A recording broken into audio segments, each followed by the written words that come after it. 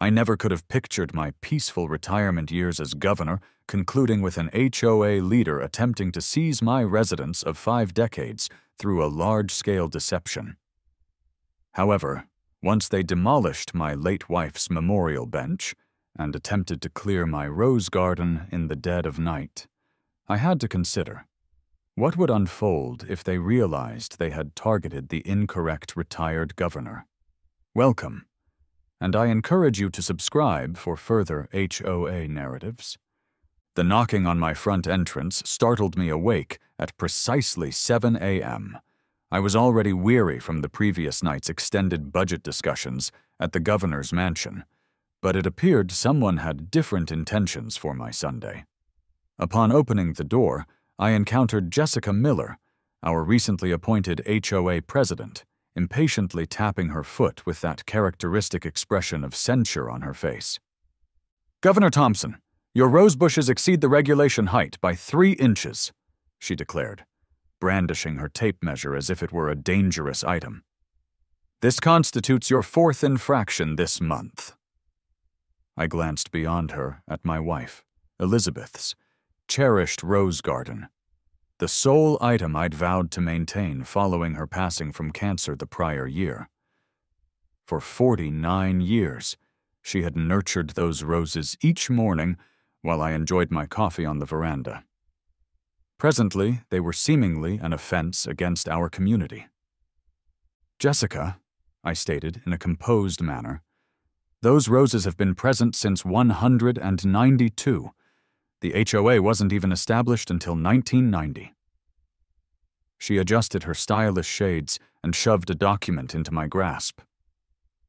"Revised regulations were enacted last month. You ought to participate in the meetings if you wish to influence matters. Your status as governor doesn't grant you special privileges here."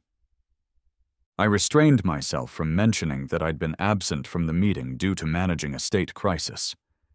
Instead, I observed her stride across my grass, tape measure still in hand, to pester Robert Davis regarding the hue of his mailbox.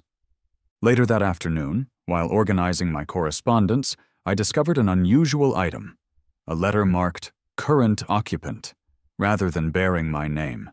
Inside was a notice of eviction, asserting I had 30 days to depart the premises. My hands began to tremble. This had to be an error. I immediately contacted Robert, my neighbor of 3 decades, and a member of the original HOA board. "Hello, did you receive any peculiar correspondence today?" "John, I'm relieved you contacted me." Robert's voice conveyed urgency. "I just observed your residence advertised for sale on a real estate website, posted this very morning." My stomach plummeted. "That's inconceivable. I possess full ownership of this house." "Well, someone holds a differing opinion. The listing agent is Miller Realty Group, Jessica Miller." The components began to align. Her persistent criticisms concerning the roses, the abrupt introduction of new regulations, the eviction notice. This wasn't about landscape rules at all. I dedicated the subsequent hour to thoroughly examining my home office, seeking the original deed. Upon finally locating it within Elizabeth's aged filing system, another item emerged, a handwritten note from her, previously unseen by me. "My dearest John," it commenced, "if you are perusing this, something has gone awry with the house. Inspect the base of my rose garden, the 3rd shrub from the left. I interred duplicates of all our vital documents there, enclosed in a waterproof container. You consistently teased me about my excessive document meticulousness, but I sensed we would require them at some point." Even in her absence, Elizabeth continued to safeguard our home. I procured a digging tool and proceeded to the garden, unconcerned that I remained in my suit from yesterday's engagements. As I excavated beneath her beloved Tranquility Rose, I overheard Jessica's voice emanating from the neighboring property. "Of course, it's permissible." She was conversing with someone on her phone. "The electronic conversion caused some discrepancies in ownership records, and we are merely rectifying them. By the time anyone discerns the situation, the transaction will be concluded." She emitted a chuckle. Even the governor is powerless against the local authorities. My shovel struck a solid object. Within the metallic container, I discovered precisely what we required: our original deed, land surveys, and every HOA document we'd ever executed, including one from 1990 that explicitly safeguarded our pre-existing garden. I peered upward, observing Jessica watching me from across the boundary, her phone conversation momentarily abandoned. For a brief instant, her composed facade faltered upon noticing the container in my possession. Subsequently, she pivoted and hurried towards her residence, already dialing another number. The sun was descending behind my residence of 5 decades, projecting elongated shadows through Elizabeth's roses as I grasped our property records. I comprehended this was no longer solely about preserving our dwelling. How many additional homes had Jessica rectified during the digital conversion? And more crucially, how had she failed to recognize that a former governor might possess some knowledge regarding fraud investigation? I retrieved my phone and contacted Patrick Smith, our state prosecutor. Patrick, recall your mention of seeking a substantial case against real estate deception? I believe I've encountered something intriguing in my own vicinity. I overheard Jessica's voice once more, now yelling into her phone regarding urgent HOA gatherings and document disposal. But for the initial time all day, I expressed a smile. Elizabeth had perpetually asserted our quaint Victorian residence had selected us for a particular purpose. Perhaps she was accurate. I couldn't find rest after discovering that eviction notice, prompting me to descend to my cellar where I maintain all my crucial documents. My hands trembled as I retrieved the aged metallic container Elizabeth and I had acquired upon our initial move-in. Inside resided our original deed from 1974. The parchment yellowed with age, yet still entirely legible. Adjacent to it lay 5 decades of property tax documentation, each meticulously archived by my Elizabeth. She had always possessed an organized nature. The sound of a car door shutting caused me to peer upward through the cellar window. An upscale realtor's vehicle had parked in front of my residence. My neighbor, Robert Davis, was sprinting across his lawn in his sleepwear, attempting to dissuade them. I hastened upstairs and opened my front entrance just in time to hear the realtor state, "The open house is arranged for this weekend." "There must be some misunderstanding," I asserted, still clutching my aged deed. "I never authorized the sale of my home." The realtor presented a perplexed expression and retrieved her electronic tablet. "According to the county records, this property was recently listed by the Valley Creek HOA. She rotated the screen towards me, and my heart nearly ceased beating. There was my residence, advertised for $850,000, accompanied by photographs I'd never previously encountered. I immediately contacted my longtime acquaintance, Patrick, at the county records office. While awaiting his file check, I perused more of my documents. That's when I discovered something peculiar. A notification from 6 months prior regarding the HOA's record modernization. Jessica had emphasized the transition to paperless records, claiming it would enhance efficiency. I hadn't paid significant attention at the time, preoccupied with a state budgetary challenge. Robert arrived with his laptop, possessing considerable computer expertise, far surpassing my own. Together, we examined the HOA's new online system. My stomach plummeted upon discovering my property record. According to their database, I had transferred my deed to the HOA during the digital conversion, yet I had never signed any such document. "Observe this," Robert indicated, pointing to his display. He'd identified 5 additional residences in our neighborhood with comparable transfers, all belonging to long-term residents. All of them had received grievances from Jessica regarding their landscaping or paint hues in the preceding year. At that moment, Patrick contacted me. "Governor," he stated, his tone grave, "something is amiss here. The digital deed bears a signature date from 3 months ago, but according to my records, you were delivering a speech at the Capitol on that date. I am currently viewing the video. My security personnel contacted me next. They'd observed an individual photographing my residence. Upon investigation, the person claimed to be measuring for renovation work authorized by the HOA. I hadn't sanctioned any renovations. I was documenting all this when I received an electronic message from Jessica.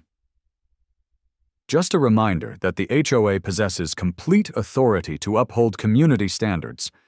The prospective purchasers this weekend are a delightful young couple who comprehend the significance of appropriate lawn maintenance, unlike some of our present occupants.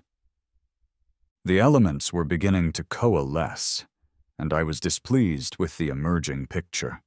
Jessica's realty firm, managing all the HOA's transferred properties, the abrupt grievances against long-standing residents, the enigmatic digital conversion my years in politics had trained me to recognize a deception, and this bore all the hallmarks of one. A movement caught my attention through the window. Additional vehicles were pulling up outside. Through the gathering darkness, I could observe Jessica directing individuals with clipboards towards my front porch. She glanced upward, noticed me observing, and bestowed upon me that identical smirk she'd displayed at the prior week's HOA gathering when she'd complained about my garden hose being visible from the street. My phone vibrated. A text message from Susan Thomas, the HOA secretary. "Governor, please inspect your email. There's something you need to see regarding the records transfer, but do not inform Jessica I sent it. The emergency HOA gathering was overflowing with anxious neighbors. Upon my arrival, I hadn't donned my customary suit and tie. I attended in my gardening attire, soil still fresh on my knees from tending to Elizabeth's roses one final time." Jessica's face reddened upon observing my casual dress. She had always detested my continued gardening endeavors, even after my gubernatorial appointment.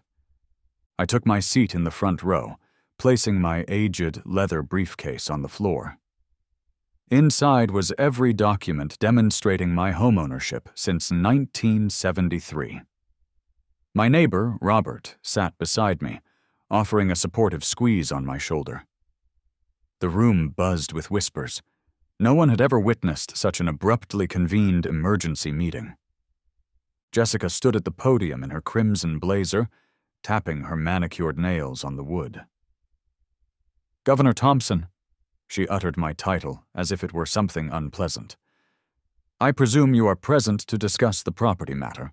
She smiled, that artificial smile I'd observed too frequently when she'd voiced complaints about my garden hose being visible from the street.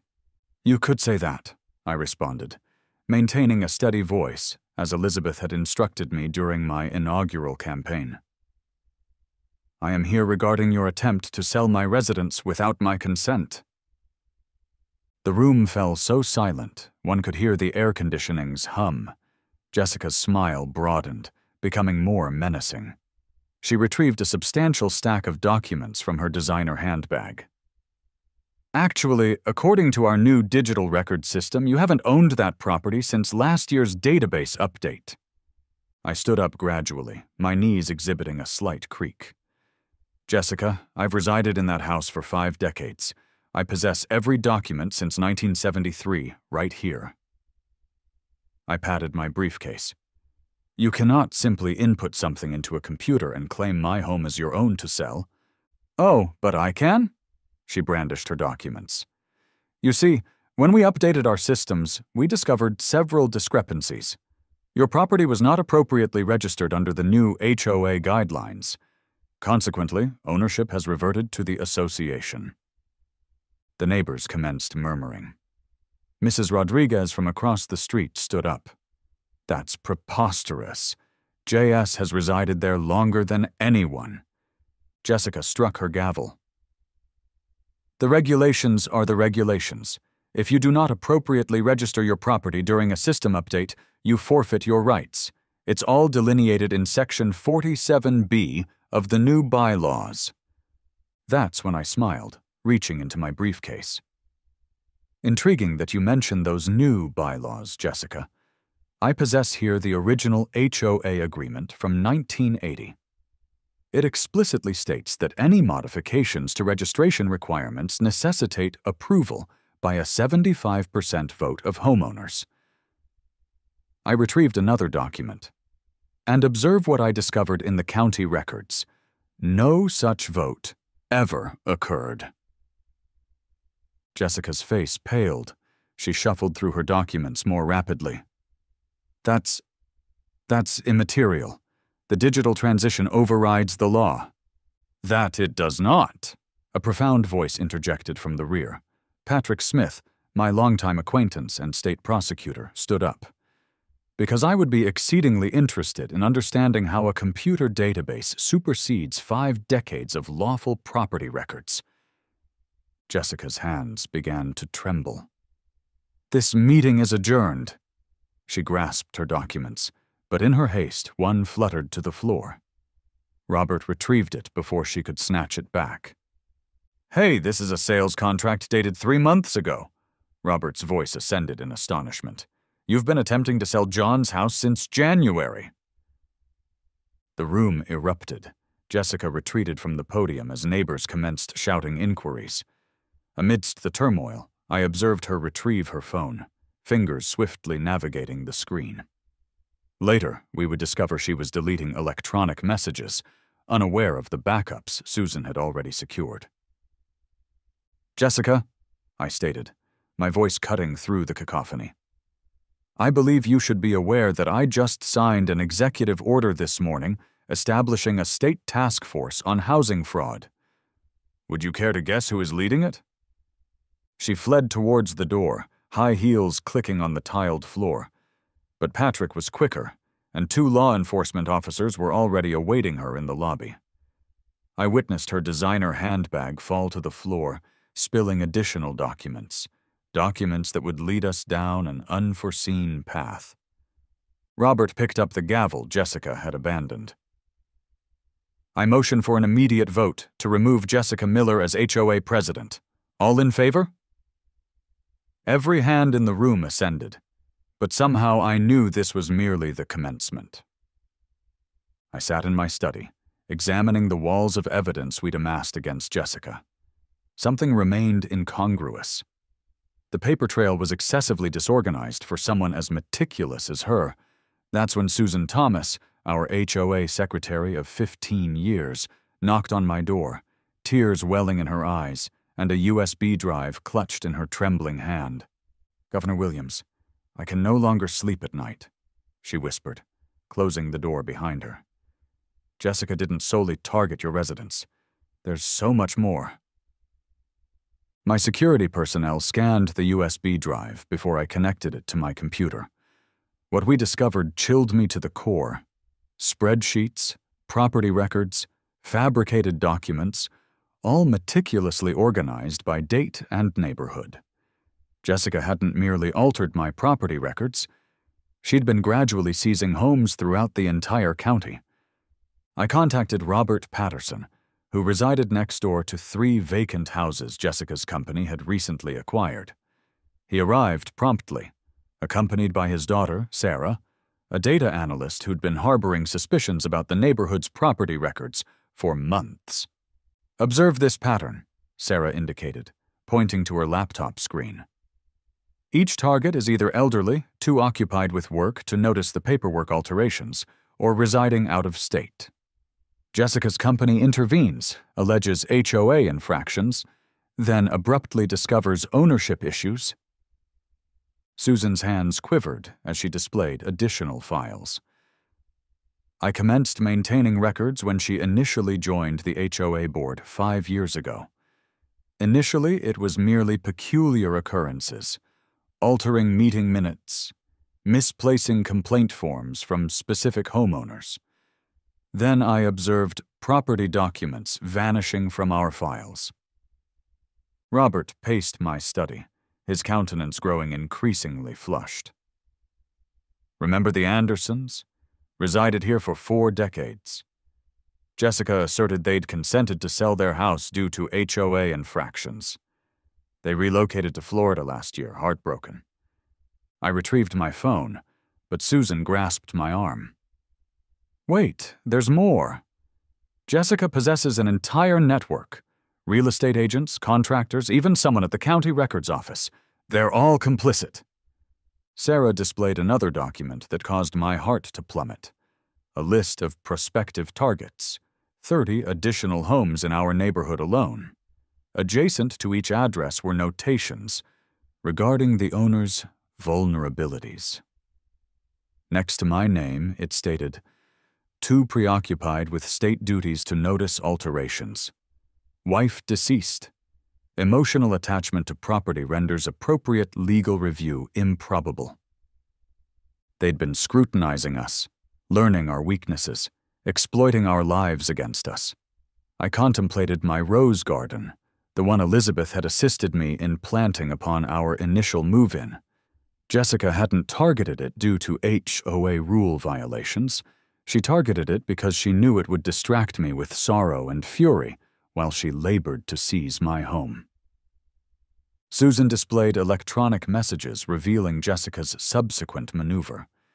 She intended to present evidence at the following week's HOA gathering that several additional residents had failed to appropriately transfer their deeds during the digital conversion. It would appear as a mere clerical oversight requiring rectification. "The thing is," Sarah stated, pointing to her screen, "I verified the original county records. None of these ownership alterations underwent appropriate legal channels. Jessica has been generating parallel paperwork that appears official but is not properly registered. She's relying on no one inspecting the actual county records." As we delved deeper, Robert discerned something peculiar about the dates.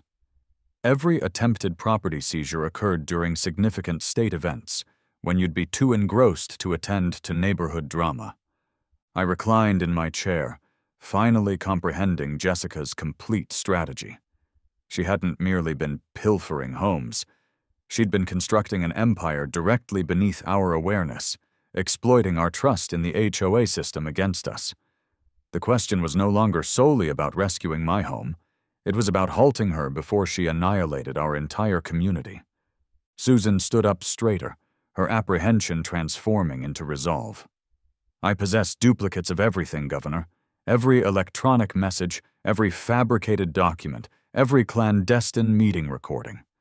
I've been preserving them for years, awaiting someone sufficiently robust to challenge her." I surveyed the countenances surrounding me. Susan's determination, Robert's righteous indignation, Sarah's analytical concentration.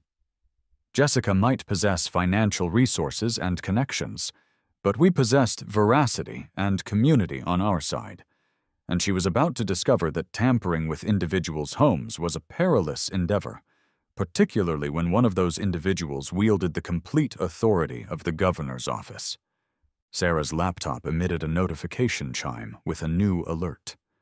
Jessica had just convened an emergency HOA gathering for the following evening. We exchanged glances, cognizant that this was it. The time for amassing evidence had concluded. Now we had to determine, did we unleash our trap, or was Jessica about to unleash hers? I was preparing for bed when my phone vibrated. It was Robert, his voice tremulous. "They're here with earth-moving equipment!" I rushed to my window and observed the yellow machines advancing up my street like colossal beasts in the darkness. My security personnel were already mobilizing, their flashlights piercing the night as they encircled 3 individuals in construction attire. "The HOA president granted us authorization," one worker asserted, brandishing a document that appeared legitimate. But I knew better. I'd been authenticating official documents as governor for years. Even from my window, I could discern this one was counterfeit. My hands trembled as I contacted law enforcement, but my voice remained composed. I'd acquired that technique from years of managing state crises. While awaiting their arrival, I accessed my laptop and commenced live streaming everything from my security cameras. If Jessica desired to engage in unethical tactics, she'd have to do so with the entire internet observing. The police arrived within minutes, their sirens silent but lights ablaze. Officer Rodriguez, who'd grown up in this vicinity, examined the paperwork and shook his head. "This authorization is post-dated for next week," he stated, suppressing a smile. Jessica hadn't even bothered to verify the dates when she forged it.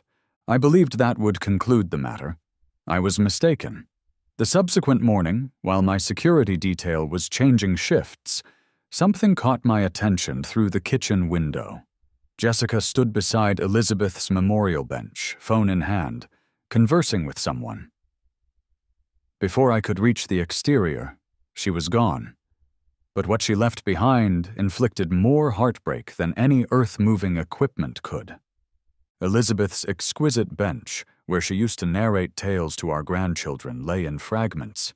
The bronze plaque bearing her name was absent. Our cherished quote about affection and roses was obliterated. 5 decades of recollections shattered, akin to the marble remnants dispersed across my lawn. I heard Robert's back door slam. He was already sprinting over with his phone, recording everything. Susan from across the street joined us, weeping upon observing the devastation. "I captured it all on my security camera," she stated, displaying the footage on her phone. "Jessica perpetrated this herself not even an hour ago."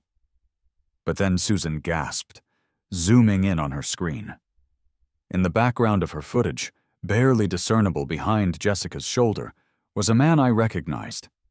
The identical developer who'd been attempting to acquire the entire block for years.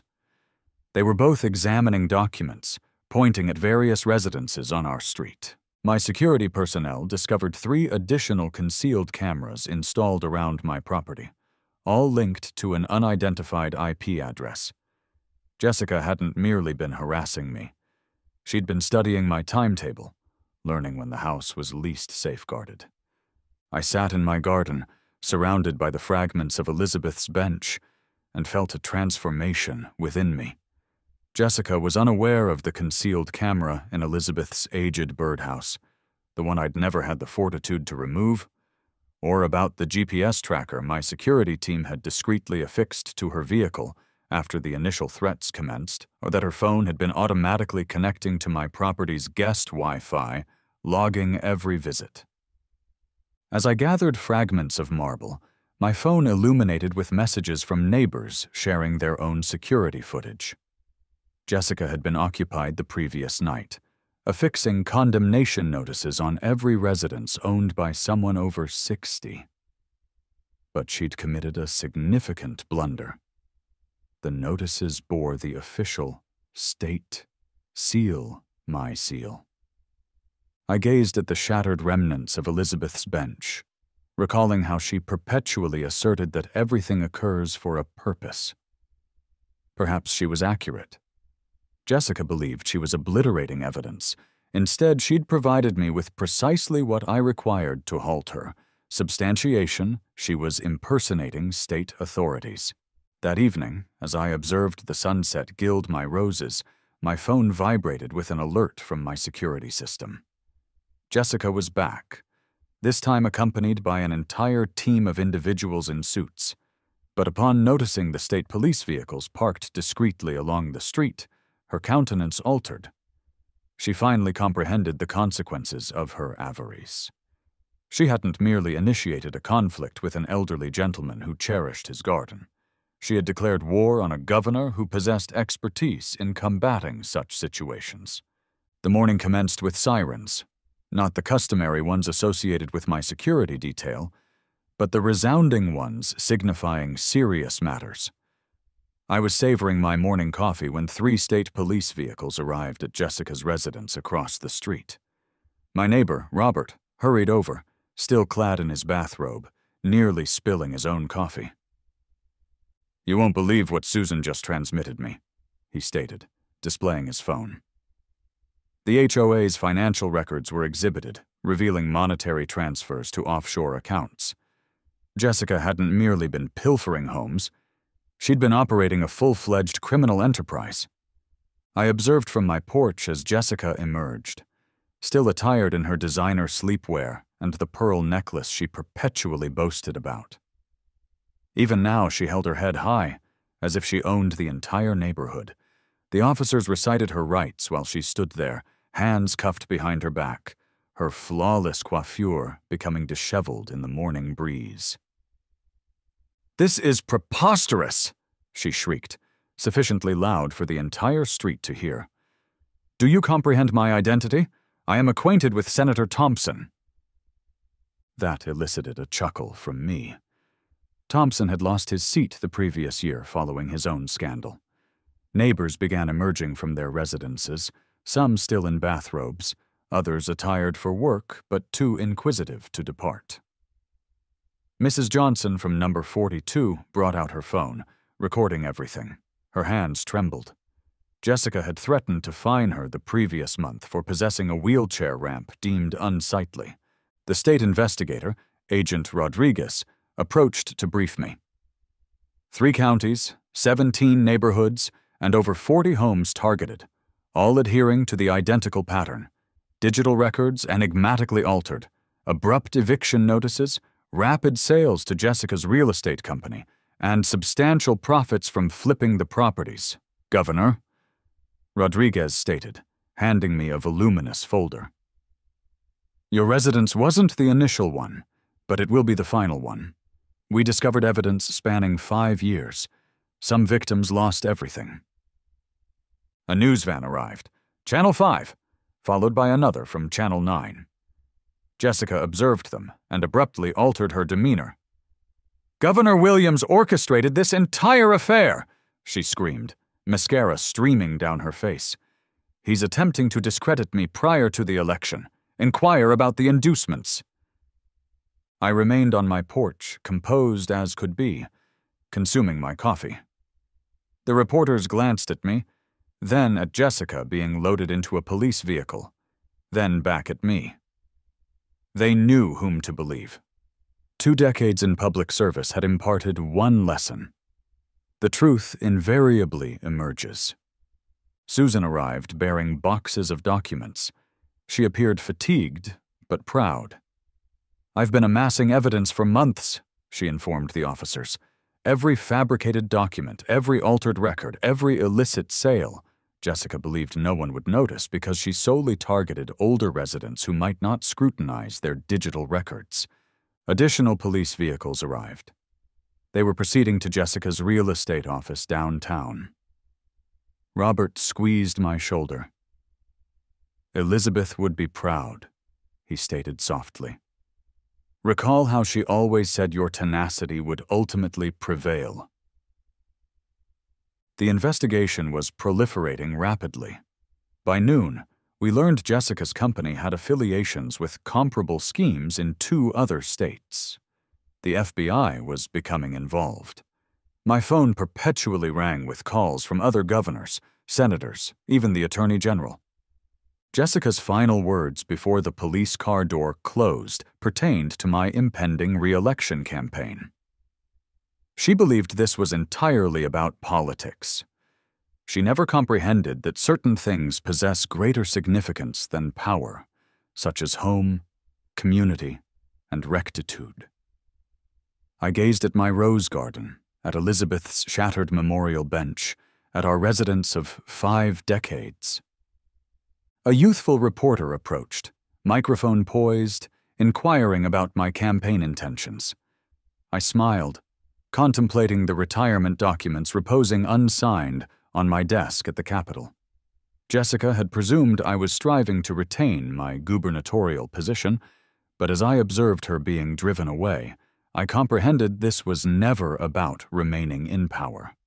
The genuine question was, how many additional Jessicas were present, believing they could prey on virtuous individuals merely seeking to reside peacefully in their homes? Tomorrow, I would deliver my significant announcement at the Capitol, but today I had roses to nurture and a memorial bench to reconstruct. The morning sun illuminated my face as I knelt in my rose garden, meticulously planting a new Elizabeth's Love rose bush. My hands weren't as steady as they once were, but each blossom I planted felt like a minor triumph. Robert Patterson, my neighbor of 3 decades, approached with 2 steaming cups of coffee. Never envisioned I'd witness the day Jessica Miller would end up incarcerated, Robert stated, handing me a cup. The news is labeling it the most extensive real estate fraud in state history. I smiled, recalling how this entire situation originated with a seemingly insignificant rose garden dispute. The media trucks had finally departed my driveway yesterday, after encamping for 3 consecutive weeks. It turns out people appreciate narratives about corrupt HOA presidents attempting to seize the governor's residence. Susan Thompson joined us, bearing a substantial folder. As our newly appointed HOA president, she'd been laboring diligently to rectify the chaos Jessica left behind. "You won't believe what we discovered in the aged records," she stated, seating herself on Elizabeth's newly constructed memorial bench. Jessica attempted the identical scheme in 3 other neighborhoods prior to relocating here.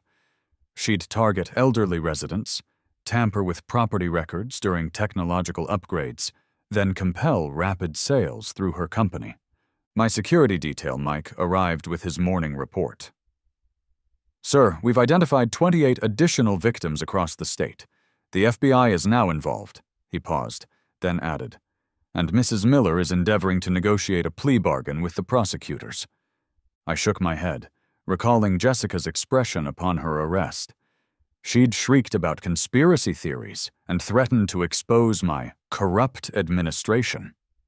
What she never grasped was that I'd dedicated my entire career to combating individuals like her, individuals who believed regulations were inapplicable to them.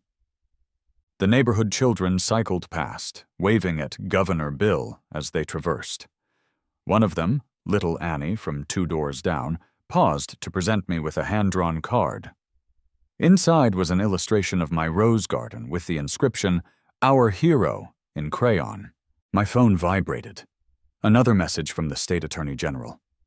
They desired my testimony at Jessica's trial the subsequent month. I contemplated declining, contemplating merely savoring my retirement in tranquility. But then I gazed at Elizabeth's bench, recalled how Jessica's henchmen had demolished the original one, and knew I had to see this through. Robert assisted me in rising, my knees creaking in protest. "You know what Elizabeth would say about all this?" he inquired with a knowing smile. "She'd laugh heartily," I replied, touching the smooth wood of her new bench. "Then she'd instruct me to cease fretting and plant additional roses." Susan spread out some documents on the bench. "Observe these newly drafted HOA bylaws. Complete digital transparency, triple verification for property record alterations, and mandatory resident voting on significant decisions." She indicated a particular section. "We're designating it the Thompson Rule." I felt tears welling up, but blinked them away. Elizabeth always said crying was merely the heart's method of irrigating hope, and presently, hope was blossoming throughout our neighborhood. Families who'd lost their homes to Jessica's scheme were returning. The community was mending. As the morning progressed, additional neighbors stopped by. Each possessed a narrative about Jessica's intimidation, about feeling powerless against her machinations. But now, they also possessed narratives of triumph, of equity, of community unification. My rose garden had become an emblem of resisting corruption, one blossom at a time. I gazed at my residence of 5 decades, its Victorian allure undiminished despite Jessica's utmost endeavors to seize it. Occasionally, the most substantial conflicts commence in the most diminutive locales. A garden, a bench, a home. And occasionally, simply refusing to yield can alter everything. Standing there with my neighbors, observing the roses capture the morning light, I comprehended this wasn't solely about preserving my house anymore.